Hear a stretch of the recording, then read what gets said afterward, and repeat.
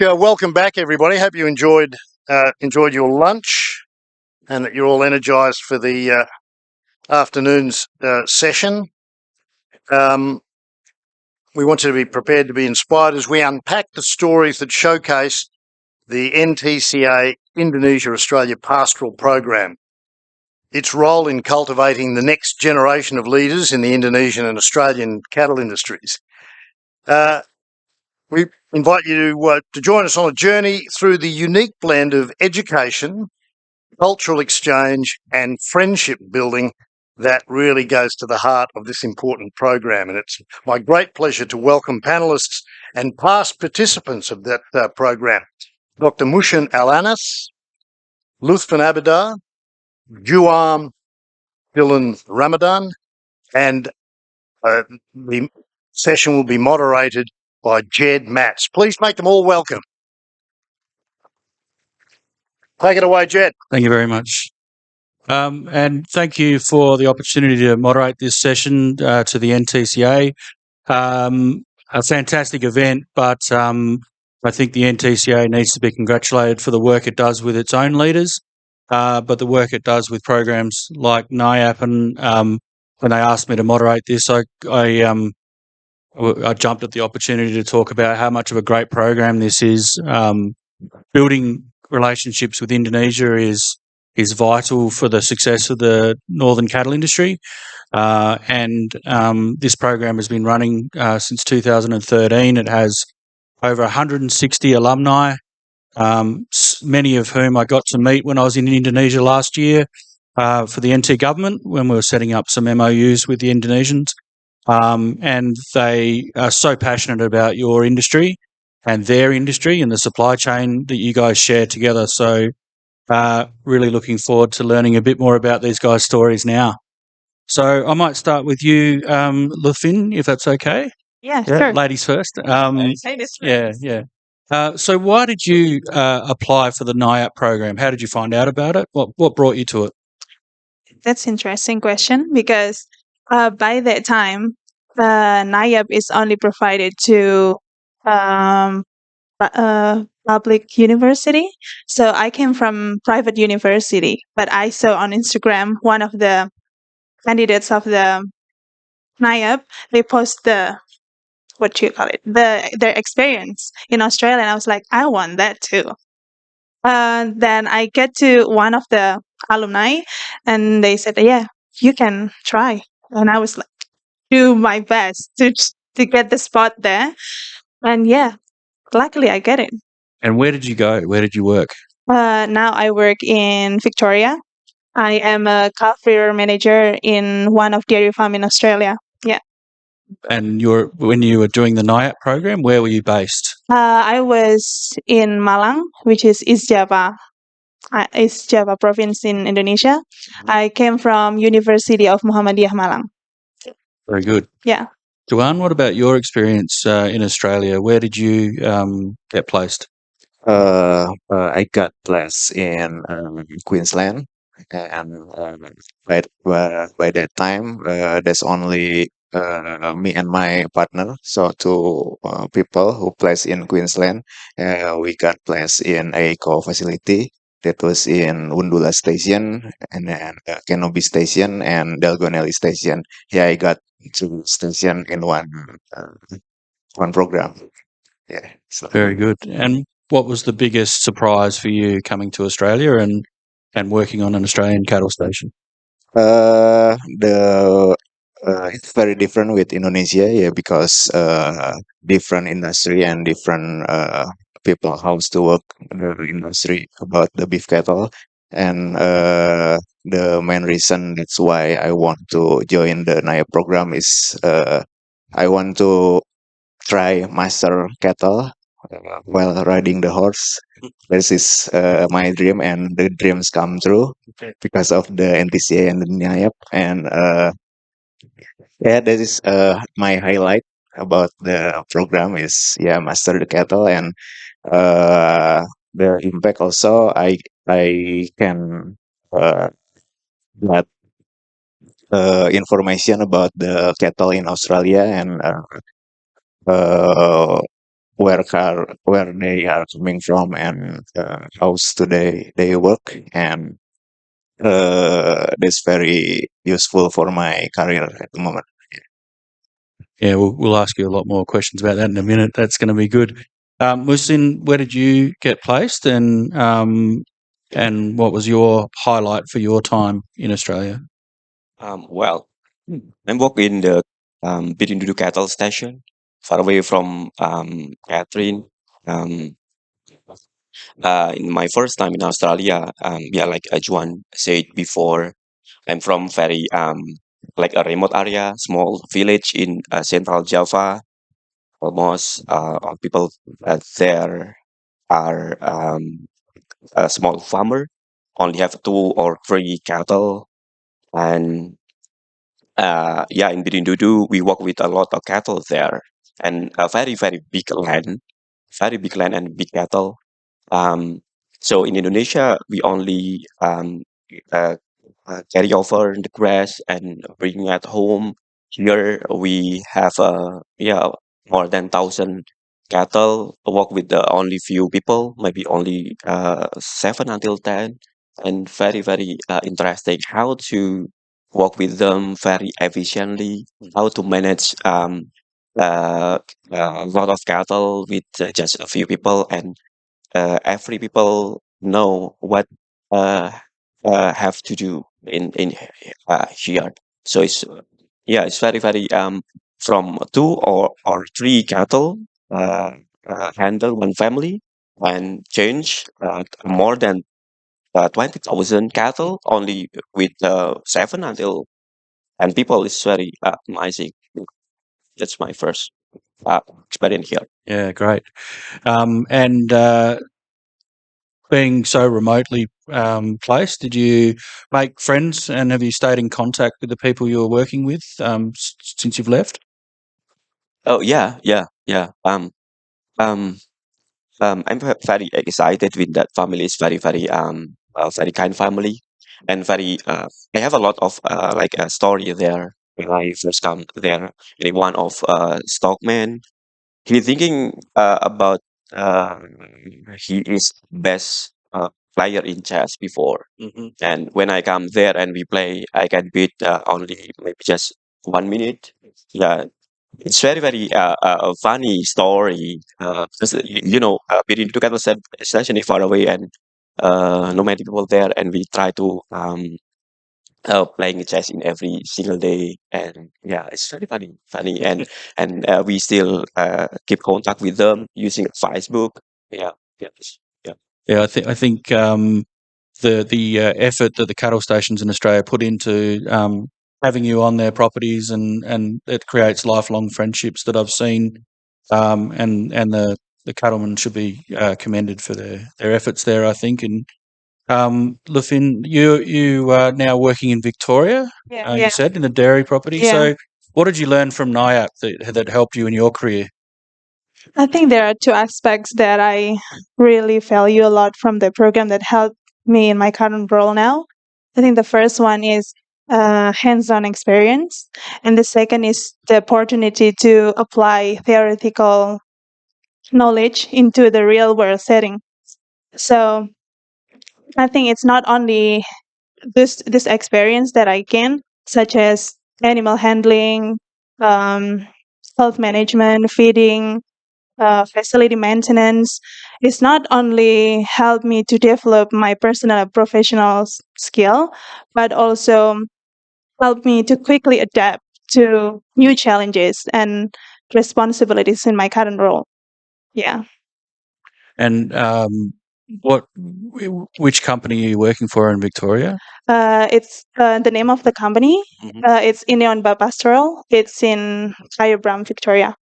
Yeah. And I met with the Indonesia ambassador this morning, and he told me that your new prime minister is going to have a new program feeding all the school kids from year Yeah, I one heard to about year that. 10. Yeah, And yeah, they're going to need 2.5 million dairy cattle yeah, crazy. to provide the milk for the lunches. So, Yeah, I think you're going to be very busy.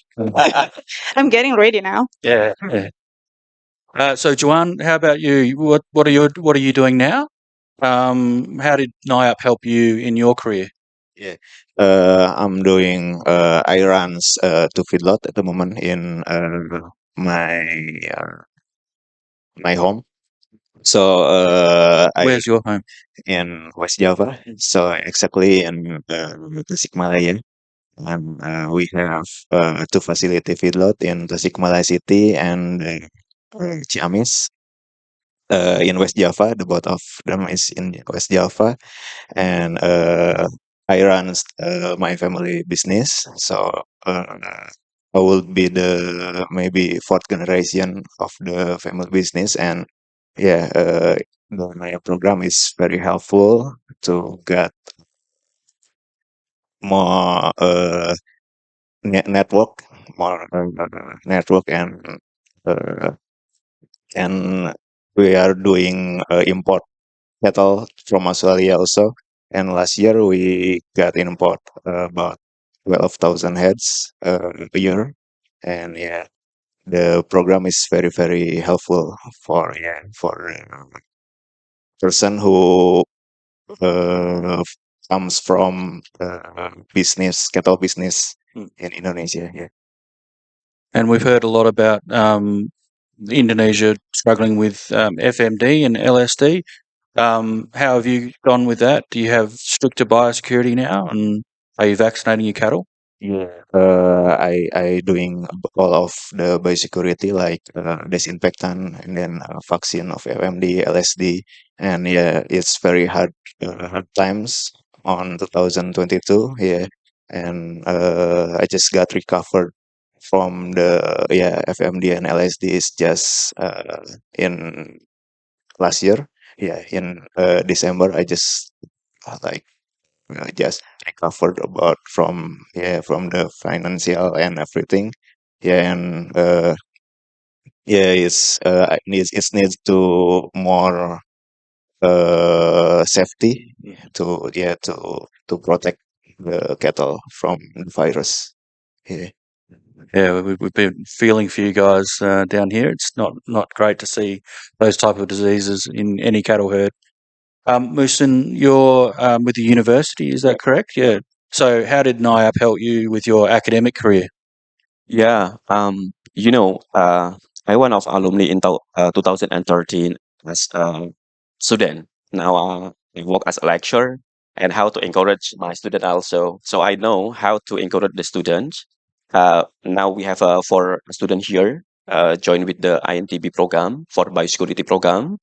So I always encourage the student looking for opportunity not only in the class but also like going aboard like a NIAPP program or INTB program for learn about the animal welfare, learn about a biosecurity system, and yeah, like Juan mentioned or Lutfin mentioned about the network. So I have a network now because alumni a lot of them work with industry and we can collaborate between industry and the university.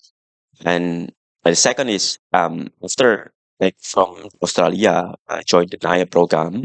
So I'm interested to develop the program to empower the society.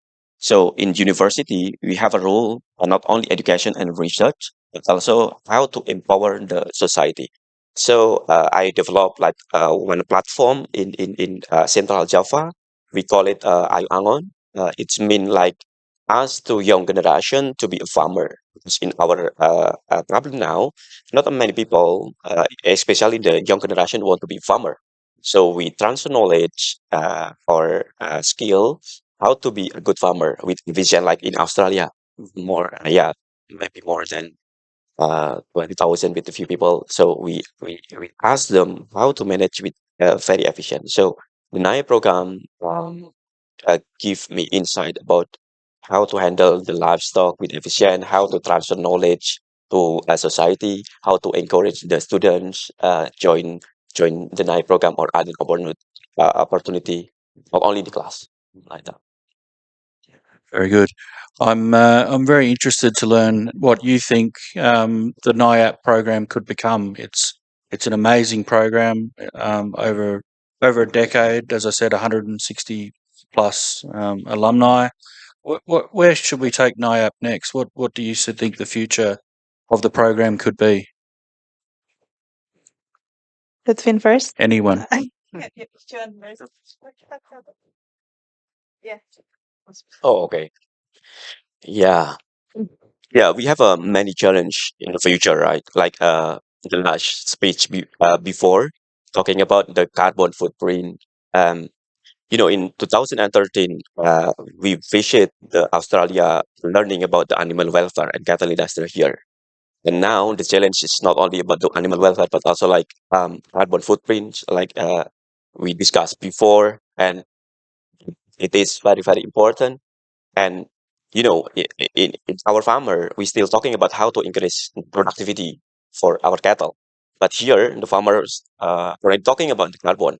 So yeah, Indonesia is very hard. But for like NIAPP program, when we can transfer about that also to younger generation, yeah, maybe 5 or 10 years later, the farmer will know about the carbon footprint. Yeah, so not only carbon footprint, but also like other challenges. So NIAPP is very important to transfer knowledge, yeah, about the challenge for the future. Yeah. I think the NIAPS needs to continue every year to get another student to knows about Australian cattle industry here, and to bring more networking again here. And uh, because from what from myself, it's like it's uh, very helpful to get uh Fortunately. for the career, personality career, and to upgrade the Indonesian cattle industry also. I think. Yeah, I think so. It's absolutely a great opportunity for students in Indonesia. How program is so exciting and so memorable for all the alumni, and it's so interesting for the students that is about to get the experience as well. And because I start everything like everyone is doing running a business, but I work for people, so I know how it's really important to help your career path, because the experience that you get, like what I see, the employer value candidates that have real world experience and also has proficiency in essential skills. And I think it's not only for Indonesians that experience is so important. Even like in my work now, I met many young Australians, and they were like, "You want to work in cattle stations? Oh, I know. You want to be a cowboy, do you?" And they were like, "Yeah. Oh, I'll show you a video." And I saw mine, and they was like, "How can you get there?" I'm lucky. Yeah, so I think to be a cowboy, experiencing mastering 1,000 cows on the horse was just magical. Yeah, it's just unforgettable. That's fantastic. How are we going for time? Are we do one more question, or is there a question from the floor? I've had my opportunity to ask quite a few. Is there any questions from the floor? If not, I do have one more, but no hands going up. My last question was, um, again, this morning we were talking about where we thought the demand for cattle in Indonesia was going, and your ambassador said that he thought the demand was going to be very strong, and that there was. I was just interested in your thoughts on where you think the demand for Australian cattle is going to go, and also what you think the supply chain might be doing. Is it going to change? Is it going to stay the same? What are your views as the market and the supply chain develops?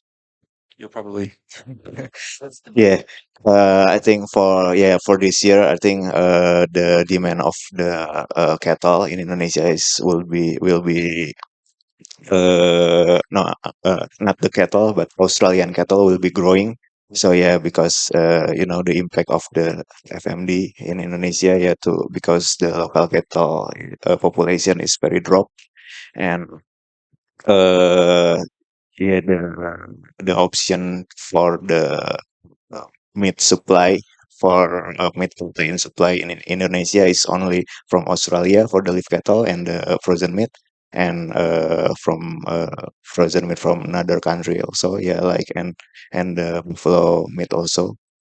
And yeah, maybe for the live cattle will be increased, I think. Yeah, because some of abattoir in East Java and Central Java that's we never touch uh, that area. It's already get touched because of the local cattle is very expensive at the moment. So yeah, as long as Australia and Indonesia can work with the supply and demand and the rational price, I think the demand of the live cattle from Australia will be growing this year. That's what I thought.